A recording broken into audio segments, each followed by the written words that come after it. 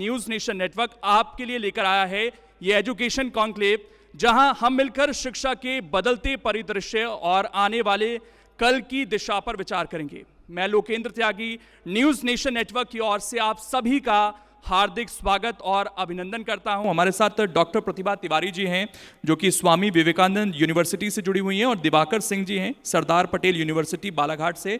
आप दोनों का बहुत बहुत स्वागत है न्यूज़ नेशन के इस मंच पर। और मैं दिवाकर जी शुरुआत आपसे कर रहा हूं, क्योंकि बालाघाट, जैसे हम ये कहते हैं कि मध्य प्रदेश का वो इलाका जो थोड़ा सा पिछड़ा हुआ है, वहाँ पर आपने शिक्षा की कैसे अलख जगाई है, क्या विजन लेकर चल रहे हैं? देखिए, बालाघाट निश्चित ही मध्य प्रदेश का आखिरी जिला है, उसके बाद से महाराष्ट्र प्रारंभ होता है जी। और बालाघाट आदिवासी बाहुल, पिछड़ा और नक्सलवाद से प्रभावित जिला है।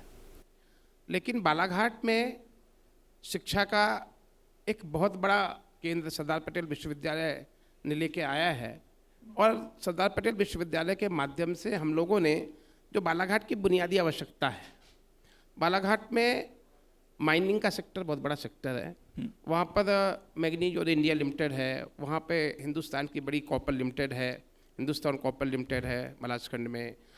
बालाघाट मध्य प्रदेश का राइस जिला है, वहाँ पे एग्रीकल्चर की बहुत संभावनाएं हैं। ये सारे पाठ्यक्रम सरदार पटेल विश्वविद्यालय के माध्यम से हम लोग बच्चों को स्किल बना रहे हैं। और जो सबसे बड़ी आवश्यकता थी माइनिंग सेक्टर में कि इन लोग जो है बाहर से आउटसोर्सिंग से लोगों को लाते थे, तो वहाँ पर अब बालाघाट के लोगों को स्किल बनाकर वहाँ पर बालाघाट लेवल पर रोजगार दिलाने की बड़ी जिम्मेदारी बालाघाट में सरदार पटेल विश्वविद्यालय निभा रहा है। आज विश्वविद्यालय में करीब 25 से ज़्यादा इंस्टीट्यूशंस और 8,000 से ज़्यादा बच्चे वहाँ पर पढ़ रहे हैं, और विश्वविद्यालय लगातार ऐसे भी पाठ्यक्रम वहाँ पर संचालित कर रहा है जिनके माध्यम से जो वहाँ की आवश्यकता है, चाहे वो फॉरेस्ट का इलाका हो, बालाघाट में बहुत बड़ा एरिया फॉरेस्ट का है, वहाँ बेम्बू बहुत है, तो बालाघाट की आवश्यकता के अनुरूप शिक्षा प्रदान करने का काम हम लोग वहाँ पर कर रहे हैं। ठीक, हमारे साथ प्रतिभा जी भी हैं, और प्रतिभा जी तो कह सकते हैं एक मिशन पर हैं, क्योंकि हमने देखा कि मध्य प्रदेश सरकार की जो योजनाएं हैं वो महिलाओं पर बड़ी केंद्रित हैं, चाहे लाडली बहना योजना हो, और प्रतिभा जी जो हैं उसमें कहीं ना कहीं कोशिश कर रही हैं कि कैसे महिलाओं को हम आत्मनिर्भर बना सकते हैं। और पढ़ाई के साथ ये अब तक 15,000 से ज़्यादा महिलाओं को प्रतिभा जी आत्मनिर्भर कर चुकी हैं। क्या कॉन्सेप्ट लेकर चल रही हैं, क्या सोच है आपकी? सर्वप्रथम तो एजुकेशन कॉन्क्लेव के इस मंच को धन्यवाद कि आपने हमें यहाँ बुलाया। आत्मनो मोक्षार्थ जगत हिताय च, आत्मा का मोक्ष तभी संभव है जब हम जगत का हित करें, ऐसा एक वाक्य लेकर हम अपने जीवन में चल रहे हैं। तो स्वामी विवेकानंद विश्वविद्यालय एक तरफ से जहाँ शिक्षा की बात करता है, वहाँ हमारा एक उद्देश्य है कि हमारा चूँकि बुंदेलखंड एरिया है, तो महारानी लक्ष्मीबाई ने यहाँ क्रांति शुरू की थी, उस एरिया से हम संबंध रखते हैं। तो हमने ऐसा विचार किया क्यों ना हम अपने बुंदेलखंड की हर महिला को सक्षम बनाएं, आत्मनिर्भर बनाएं। तो इस आत्मनिर्भर बनाने के उद्देश्य को लेकर और भारतीय स्त्री शक्ति के मंच के तले हमने 15,833 महिलाओं को आत्मनिर्भर बनाया। तो इसमें बहुत सारी हमको परेशानियों का सामना करना पड़ा, कैसे हम इतनी महिलाओं तक पहुँचें। अगर महिलाएं शिक्षित नहीं हैं तो वो आत्मनिर्भर नहीं है, तो स्वाभाविक है कि उनके पास इतनी सुविधा भी नहीं है, इतना ऋण भी नहीं है कि वो आत्मनिर्भर होने के लिए किसी एक संस्था तक पहुंच पाएँ। तो उसके लिए हमने एक योजना बनाई। इसमें हमारा एक ग्रुप है, जो हम लोग 5 महिलाओं का ग्रुप है, हम साथ में मिलकर काम करते हैं। और हमने देखा कि महिलाएं हम तक नहीं पहुंच पाएंगी, तो क्यों ना हम महिलाओं तक पहुँचकर उनको आत्मनिर्भर बनाएं। इसके लिए हमने हर वार्ड में पार्षद होते हैं, उनसे संपर्क किया। सामुदायिक भवन जो कि सरकारी भवन है, वो हमें आसानी से मिल जाते हैं। वहाँ पहुंचकर हमने एक माह तक हर वार्ड में उनको शिक्षित करने का, उन्हें कुछ हुनर सिखाने का एक कार्यक्रम शुरू किया। और ये कार्यक्रम 2020 से अनवरत चालू है। कोरोना काल का जो महात्रासदी वाला समय था, उस समय में हमको ऐसा लगा कि ये बहुत अनिवार्य विषय है। और एक सनातन संस्कृति में हमने हमेशा सुना है कि हमारा भारत एक सोने की चिड़िया रही है। तो आखिर वो कौन सा काल था, वो कौन लोग थे जो स्वर्ण काल से संबंध रखते थे? तो एक विचार मन में आता है कि आखिर उस समय ऐसा क्या था कि भारत को सोने की चिड़िया कहा गया। उस समय एक ही बात थी कि पुरुष के साथ महिला कदम से कदम मिला के चल रही थी।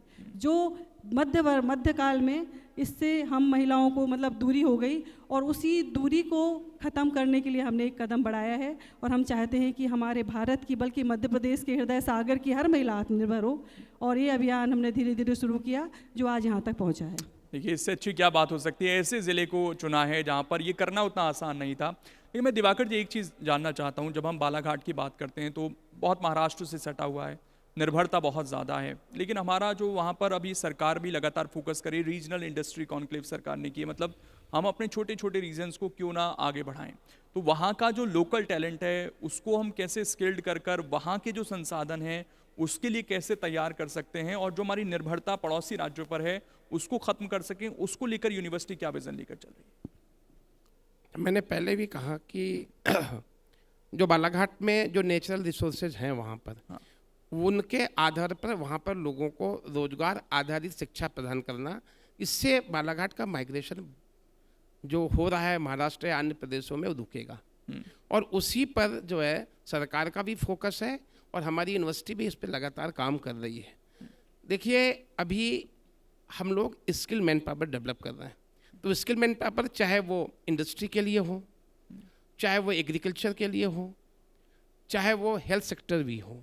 बालाघाट में आप पता कीजिए कि पहले हमारा जो हेल्थ केयर सेक्टर है उसमें हम लोग बहुत पीछे थे। आज वह हम लोगों ने अपने एक 150 बेड का हॉस्पिटल, मल्टी स्पेशलिटी हॉस्पिटल पहला स्टार्ट किया। अभी हम लोग 600 का एक मल्टी स्पेशलिटी हॉस्पिटल इस्टेब्लिश कर रहे हैं। तो हेल्थ सेक्टर में भी हमारा पूरा माइग्रेशन गोंदिया नागपुर की तरफ होता था। हमारे सारे पेशेंट्स जो हैं वो सब नागपुर जाते थे। तो इनको भी सरकार की मंशा है कि ऐसे जगहों पर, खासतौर पर जहाँ पर इनकी सुविधाएं कम हैं स्वास्थ्य के क्षेत्र में, तो वहाँ पर भी लगातार जो है सरकार की नीतियों के माध्यम से हमारा विश्वविद्यालय काम कर रहा है। और हम लोग का ये प्रयास है कि बालाघाट का जो माइग्रेशन है, चाहे वह हेल्थ केयर का हो, चाहे माइनिंग का सेक्टर का हो, जहाँ का भी हो, उसको हम बालाघाट में रोकें। ठीक, प्रतिभा जी, 16,000 महिलाओं तक लगभग आप पहुंची हैं। अभी क्या टारगेट आगे लेकर चल रही हैं, और महिलाओं को लेकर एक जो सोच आप लेकर चली हैं, ग्रामीण इलाकों में कुछ चुनौतियां होंगी जाहिर तौर पर, क्या उनको तोड़ते हुए वाकई हम स्वरोजगार से महिलाओं को जोड़ पाएंगे? बिल्कुल। हमने अभी तक, जहाँ तक हमारा अनुभव है, कि जब हम इसमें निकले तो हमारे साथ एक बहुत अच्छी बात हुई कि अगर हमने एक बार में 80 या 70 महिलाओं को प्रशिक्षित किया, उन्हीं महिलाओं में से 10 महिलाएं ऐसी निकली जिन्होंने निस्वार्थ अपनी सेवा देना प्रारंभ किया। तो जब आप निस्वार्थ भाव से सेवा के लिए आगे बढ़ते हैं तो आप शुरुआती तो आप 2 हाथ से होते हैं, लेकिन आपको दुर्गा बनने में समय नहीं लगता। आप जल्दी ही दुर्गा बन जाते हैं। और इस समाज के हित के लिए बहुत महिलाओं ने अपना समय दिया, और इसकी शुरुआत हमने बहुत छोटे स्तर पर करी।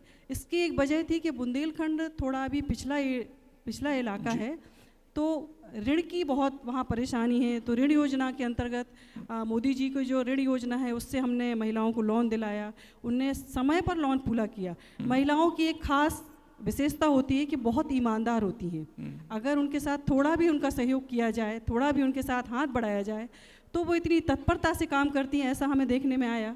और बहुत ही हर्ष होता है कि वो महिलाएं बढ़ चढ़कर इन कार्यक्रमों में हिस्सा लेती हैं, और वो खुद एक वॉलंटियर बन के हमारे साथ जुड़ती हैं और कहती हैं कि मैडम आप आइए और इस वाले क्षेत्र में हम भी आपका सहयोग करेंगे। ठीक, बहुत बहुत शुक्रिया इस सेशन में हमारे साथ जुड़ने के लिए। धन्यवाद सर। आदित्य जी, ऑनलाइन के इस ज़माने में एक चुनौती बड़ी सबके सामने है, और जब आप ऑफलाइन बिजनेस में हैं तो क्या आपका ग्रुप खास कर रहा है? सबसे पहले तो सभी को नमस्कार। मैं न्यूज़ नेशन को बहुत धन्यवाद देता हूं कि उन्होंने हमें ये प्लेटफॉर्म दिया, यहाँ पे इनवाइट किया हमारी व्यूज़ शेयर करने के लिए। और जैसा कि आपने सवाल पूछा, तो इस पे मैं एक छोटी सी बात ये कहना चाहूँगा कि हम पहले भी देखते थे, जैसे ऑनलाइन एजुकेशन का समय तो आए हुए करीब 10-15 साल हो गए, और बच्चे उसका उपयोग भी करते थे। लेकिन खासकर कोविड के बाद बच्चों को और पेरेंट्स को ये खासकर समझ में आया कि जो एक नॉलेज है वो ऑनलाइन भी प्राप्त की जा सकती है। पता तो पहले भी था, लेकिन क्योंकि जो चीज़ फ्लो में चल रही होती है, बच्चों का कॉलेज आना, बच्चों का स्कूल जाना, वो चल रहा होता है, अभी भी चल रहा है, चलता ही रहेगा। लेकिन कहीं ना कहीं बच्चों का एक रुझान ऑनलाइन एजुकेशन की तरफ बढ़ता है। तो ऐसे समय में मिलेनियम ग्रुप ऑफ इंस्टीट्यूशंस जो है उसने इस पॉइंट को नोट किया और उसमें काम करने के लिए ये देखा कि हम ऐसा क्या वैल्यू प्रोवाइड करें बच्चों को कि जो नॉलेज उसको ऑनलाइन किसी भी माध्यम से मिल सकती है, फिर भी वो हमारे यहाँ आने में इंटरेस्टेड हो, तो उसके लिए हमने अपने आप में भी कुछ चेंज किए, बच्चों के साथ मिलकर बात की, और मिलेनियम ग्रुप ऑफ इंस्टीट्यूशंस ने एक ऐसा लर्निंग एनवायरनमेंट वहाँ कैंपस में बनाया हुआ है, एक ओवरऑल डेवलपमेंट का, एक्स्ट्रा करिकुलर डेवलपमेंट का, एक बच्चे की पर्सनैलिटी जिससे निखर के आए वैसा एक एनवायरनमेंट बच्चे को देने की कोशिश की है। मैं आपसे समझना चाहता हूँ कि जब स्पोर्ट्स को हम बढ़ावा देते हैं तो पेरेंट्स को ये लगता है कि अरे नहीं सक्सेस हुआ तो क्या होगा, या पढ़ाई पर जो हम इन्वेस्ट कर रहे हैं उसका नुकसान ना हो जाए। अगर बच्चा स्पोर्ट्स में अच्छा करता है तो क्या आपका जो संस्थान है उसको कुछ रिवॉर्ड कर रहा है कि उसको एजुकेशन में कुछ सहूलियतें मिलें जिससे कहीं ना कहीं पेरेंट्स भी और ज़्यादा प्रोत्साहित कर सकें बच्चों? देखिए, इसी विषय में मैं ये बताना चाह रही हूँ कि हमारे विद्यालय से एक तो उनको जो एंशियस बनाने के लिए या उनको स्पोर्ट्स में पार्टिसिपेट करने के लिए इनकरेज करने के लिए हम लोग ये प्रावधान रखा है हम लोगों ने कि जो बच्चे नेशनल्स में मेडल जीत कर आएंगे या नेशनल गेम्स में जो भी बच्चे मेडल लेके आएंगे, तो अगर वो ब्रॉन्ज मेडल लेके आते हैं तो उनकी फ़ीस जो है वो 25% माफ़ हो जाएगी, एग्जाम्प्ट हो जाएगी। और यदि वो सिल्वर मेडल लाते हैं तो 50%, और यदि गोल्ड मेडल वो किसी भी क्षेत्र में किसी भी खेल में लाते हैं तो उनकी पूरी की पूरी फ़ीस माफ़ होगी। चाहे बच्चा अगर 4th 5th में भी है तो उसकी 12th तक सारी फ़ीस माफ़ रहेगी। तो इस विषय पर मैं आप सभी का ध्यान चाहूँगी कि प्रोत्साहित करने के लिए हमें कुछ ना कुछ रिवॉर्ड देना तो ज़रूरी है, और जहाँ बात आर्थिक रूप से आती है तो पेरेंट्स बिल्कुल तैयार रहते हैं एक टांग पर कि नहीं, हम हमारे बच्चे को खेलने में आगे बढ़ाएंगे, क्योंकि इससे हमें फ़ीस में भी फ़ायदा हो रहा है और आगे चल के इसमें जो सरकारी नौकरी में कोटा है या सरकारी नौकरी में स्पोर्ट्स के आधार पर जो जॉब्स हैं तो उसमें भी उनको लाभ मिलेगा। तो यही हम कर रहे हैं। और इसके साथ साथ मैं एक बात पे और थोड़ा सा ध्यान चाहूँगी कि हमारे विद्यालय में बालिका शिक्षा को भी एक इम्पॉर्टेंट दिया जा रहा है, वो प्रोत्साहन। हम बालिकाओं को जो गर्ल्स हैं उनको हम टोटल फ्री 0 फीस में एडमिशन देते हैं। सागर जी, एक चीज़ और कि आयुर्वेदा की तरफ बड़ा झुकाव आया है, तो अब हमारी भी ये कोशिश है कि उसकी तरफ हम क्या कर सकते हैं। तो जब आप वहाँ पर सेटअप कर रहे हैं तो आयुर्वेदा सेक्टर पर क्या फोकस है? जैसे कि आप सब जानते ही हैं कि आयुर्वेदा का रुझान कोविड के बाद स्पेशली बहुत ज़्यादा बढ़ा है इंडिया में, लोगों को उसकी इम्पोर्टेंस समझ में आई है। सो इसी को देखते हुए अगेन हमने बिल्किसगंज में एक और आयुर्वेदिक कॉलेज भी स्टार्ट किया। हमारा उस कॉलेज को लेके मेन विजन ये है कि उस क्षेत्र के जितने भी लोग हैं जो आयुर्वेदा का हेल्प लेना चाहते हैं, हमारे स्टूडेंट्स के थ्रू उन्हें वो सारी हेल्प वहाँ पे मिले। हमारे यहाँ आयुर्वेद कॉलेज के अंदर ही हमारे खुद के जो आयुर्वेदिक चूर्ण होते हैं, च्यवनप्राश होता है, ये सारी चीज़ें खुद प्रोड्यूस की जाती हैं, जो कि हम फ्री में भी वितरण करते हैं पूरे गांव में एज ए जड़ी बूटी। जो भी उन्हें रिक्वायरमेंट होती है, जो हमारे स्टूडेंट्स पूरा इन हाउस बनाते हैं, उसमें कोई भी मिक्सचर्स कोई भी ऐसी चीज़ नहीं होती। तो जो पूरा इन हाउस बनता है वो पूरे गांव क्षेत्र में वितरण किया जाता है और फिर हम उसे एज ए रिटेल भी करते हैं। तो बच्चों का भी रिसर्च का एक बहुत अच्छा पॉइंट होता है, जहाँ बच्चों को एक्चुअली जो वो चीज़ बना रहे हैं, जो प्रोड्यूस कर रहे हैं, वो लाइव उन्हें पता पड़ता है कि उसका असर क्या हो रहा है लोगों पे जो वो यूज़ कर रहे हैं, and then we also use it for research. तो रिसर्च एक बहुत बड़ा पॉइंट है आयुर्वेदा में। ठीक, बहुत बहुत शुक्रिया, आप तीनों गेस्ट हमारे साथ जुड़े। Thank you very much. Rabindranath Tagore university Bhopal AISECT group से डॉक्टर रचना चतुर्वेदी जी हमारे साथ। मैम, आपका बहुत बहुत स्वागत है, डायरेक्टर रिसर्च हैं। इस वक्त देश में जो सबसे ज़्यादा चर्चा है वो हमारी न्यू एजुकेशन पॉलिसी की है, जिसको आए हुए थोड़ा समय हो गया है, लेकिन अब इसका इम्पैक्ट हमारी एजुकेशन पर क्या दिख रहा है इस वक्त? न्यू एजुकेशन पॉलिसी का जहाँ तक सवाल है, the government has started this concept. Now the thing is that basically you need to understand what exactly is new education policy. So basically it is all about how we can inculcate the practical aspects with the theoretical aspects. So अगर हम case studies include कर रहे हैं, हम field visits करवा रहे हैं, हम research oriented courses को inculcate कर रहे हैं और इंडस्ट्री ओरिएंटेड NEP के अपने कोर्सेज में लेकर आ रहे हैं, तो this is what it is all about. तो रविन्द्रनाथ टैगोर यूनिवर्सिटी जो है, ये सारी चीज़ें हम लोग कर रहे हैं। अपने बहुत सारे कोर्सेज में हमने इंडस्ट्री का अलाइनमेंट करा है। हमारे यहाँ डाइकिन बॉश के सेटअप्स हैं ऑलरेडी, जो इंडस्ट्री ओरिएंटेड कोर्सेज NEP के तहत चला रहे हैं। इसके अलावा हम लोगों ने इंडस्ट्री के हेल्प से या आप गवर्नमेंट सेटअप की मदद से हम लोगों ने 21 सेंटर ऑफ एक्सीलेंस भी खोले हैं। इसके अलावा मैम रिसर्च की हमारे देश में हमेशा हम ये कहते हैं कि रिसर्च नहीं होती है या उसमें कहीं ना कहीं हम पिछड़ जाते हैं, जो एक सेट पैटर्न है उसको फॉलो करते हैं, वो कितना इम्पॉर्टेंट है आपकी नज़र में? Yes, this is a very good question. जहाँ तक रिसर्च का सवाल है, इंडिया में हम लोगों ने अब शुरुआत करी है एक रिसर्च की तरफ अपने आप को मोड़ने की। इसके लिए सबसे पहले तो मैं ये कहूँगी कि एक हैंड होल्डिंग बहुत ज़्यादा ज़रूरी है किसी भी संस्था की, चाहे वो गवर्नमेंट सरकारी संस्था हो चाहे वो प्राइवेट संस्था हो। जब तक कि आपके हायर मैनेजमेंट आपकी हैंड होल्डिंग नहीं करेंगे तब तक रिसर्च पॉसिबल नहीं है। तो हमारे यहाँ क्या है कि जैसे हम लोग 1 CR का एक सीड फंड देते हैं अपनी फैकल्टीज़ को, जो रिसर्च के लिए ही ओरिएंटेड होता है, जिसमें एक उनको एक जिसे कहते हैं ना, जैसे मैंने कहा हैंड होल्डिंग, कि अगर आपको कोई बड़ा प्रोजेक्ट करना है और आपको एक छोटे छोटे प्रोजेक्ट्स उससे पहले एज अ एक्सपेरिमेंट उसको कंप्लीट करने के लिए चाहिए, तो इन दैट केस वो 1 CR का जो सीड फंड है वो उन फैकल्टीज़ की मदद करता है एक बड़े प्रोजेक्ट्स को सबमिट करने के लिए। तो आप मार्केट रिसर्च कह लीजिए उसको प्रोजेक्ट सबमिशन से पहले, या आप लैब एक्सपेरिमेंट कह लीजिए, वो अलग अलग एरियाज़ में अलग अलग उसके नॉमेनक्लेचर यूज़ होते हैं। बहुत बहुत शुक्रिया रचना जी जुड़ने के लिए Thank और you, इस thank you, कार्यक्रम में समय देने के लिए। Thank you so much. बहुत बहुत शुक्रिया। पीपल्स यूनिवर्सिटी के वाइस चेयरमैन मिस्टर रोहित पंडित जी हमारे साथ हैं। रोहित जी, बहुत बहुत स्वागत है न्यूज़ स्टेट के इस कॉन्क्लेव में आपका। और इतनी यंग एज में ईवी जैसे सेक्टर में जाना, स्टार्टअप खड़े करना, एक पहले अपनी जर्नी बताइए कि किस तरीके से चीज़ें शुरू की। एजुकेशन में I am a CFA, MS Finance and MBA Finance. I first started working in equity research, investment banking in Bombay. वहाँ से मेरी शुरुआत हुई और फिर धीरे धीरे मैंने रियलाइज़ किया कि मेरे को एंटरप्रेन्योर जर्नी के तरफ जाना है।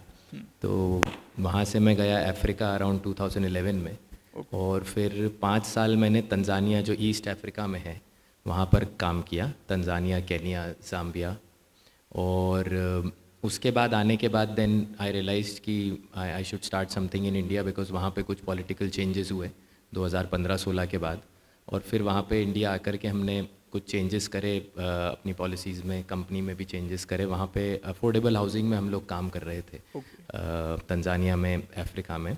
वापस इंडिया आकर के फिर then we started doing something in India.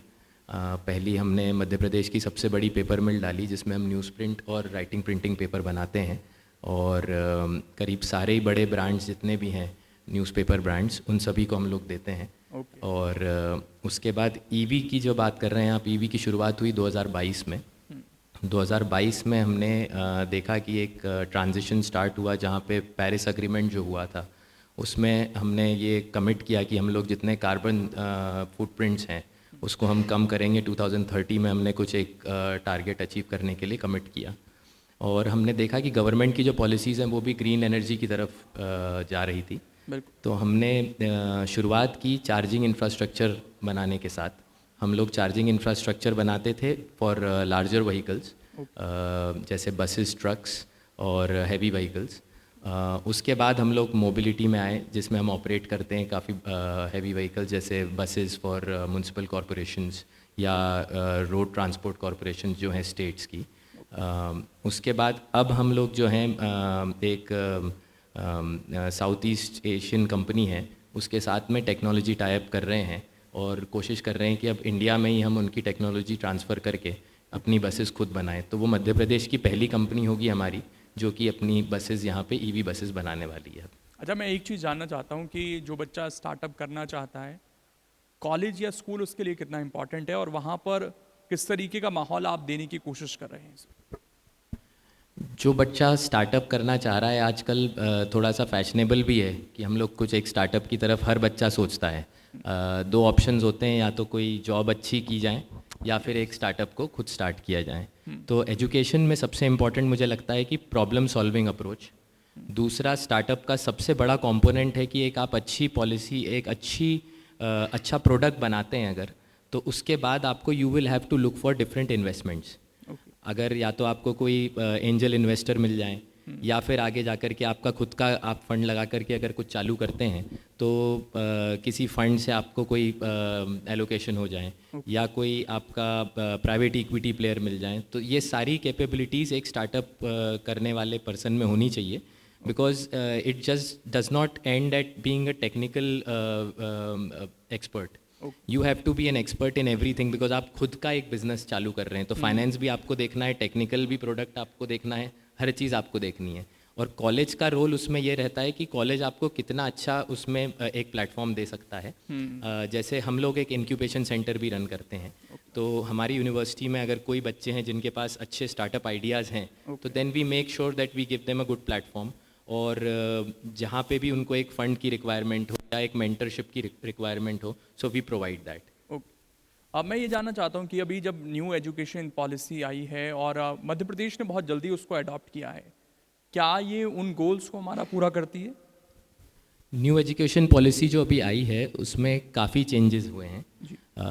अगर देखा जाए तो एक सबसे बड़ा चेंज उसमें है इंक्लूसिवनेस. महिलाओं के लिए शिक्षा के लिए एक स्पेशल फंड क्रिएट किया जाए और उसके लिए एक प्रोत्साहन राशि करी जाए. ट्रांसजेंडर्स के लिए भी करा जाए. मध्य प्रदेश ने एक पहल जो की है, जो पूरे देश में पहला राज्य बना मध्य प्रदेश, की क्षेत्रीय भाषा, क्योंकि अगर हम कहें तो हमारी लकीली जो क्षेत्रीय भाषा ही हिंदी है, तो हमने पहला प्रदेश ऐसा है जो क्षेत्रीय भाषा में मेडिकल एजुकेशन प्रोवाइड करने वाला पहला प्रदेश बना है पूरे देश में. तो ये हमारा जो है करीब 2-3 साल पहले हम लोगों ने इम्प्लीमेंट कर दिया था. हमारी यूनिवर्सिटी में भी ये इम्प्लीमेंट हुआ है और अक्रॉस ऑल द यूनिवर्सिटी. उम्मीद है सर कि आपके जो एक्सपीरियंसेस हैं जो आपने शेयर किए हैं बच्चों के साथ, बहुत सारे बच्चों की आप ग्रूमिंग भी कर रहे हैं, तो बहुत ज़्यादा काम आएंगे. और हम यही उम्मीद करते हैं कि इस कॉन्क्लेव के ज़रिए कुछ एक्सपीरियंसेस भी जो हैं वो बच्चों तक पहुँचे ताकि वो सही डिसीजन ले सकें. बहुत बहुत शुक्रिया आपका जुड़ने के लिए. Thank you so much. Rabindranath Tagore university Bhopal से डॉक्टर रचना चतुर्वेदी जी को डायरेक्टर रिसर्च हैं. पीपल्स यूनिवर्सिटी के वाइस चेयरमैन हैं अंकित द्विवेदी जी, एग्जीक्यूटिव डायरेक्टर हैं डॉक्टर सत्येंद्र खरे जी. हमारे साथ सरदार पटेल यूनिवर्सिटी के चांसलर दिवाकर सिंह जी हैं. हमारे साथ यहाँ मौजूद हैं एलएनसीटी यूनिवर्सिटी के डॉक्टर नरेंद्र कुमार थापक जी, वाइस चांसलर हैं. सागर सिंह जी को बुलाना चाहूँगा जो कि मानसरोवर ग्लोबल यूनिवर्सिटी से हैं. डॉक्टर प्रतिभा तिवारी जी हैं, मैं उनको भी मंच पर इन्वाइट करूँगा.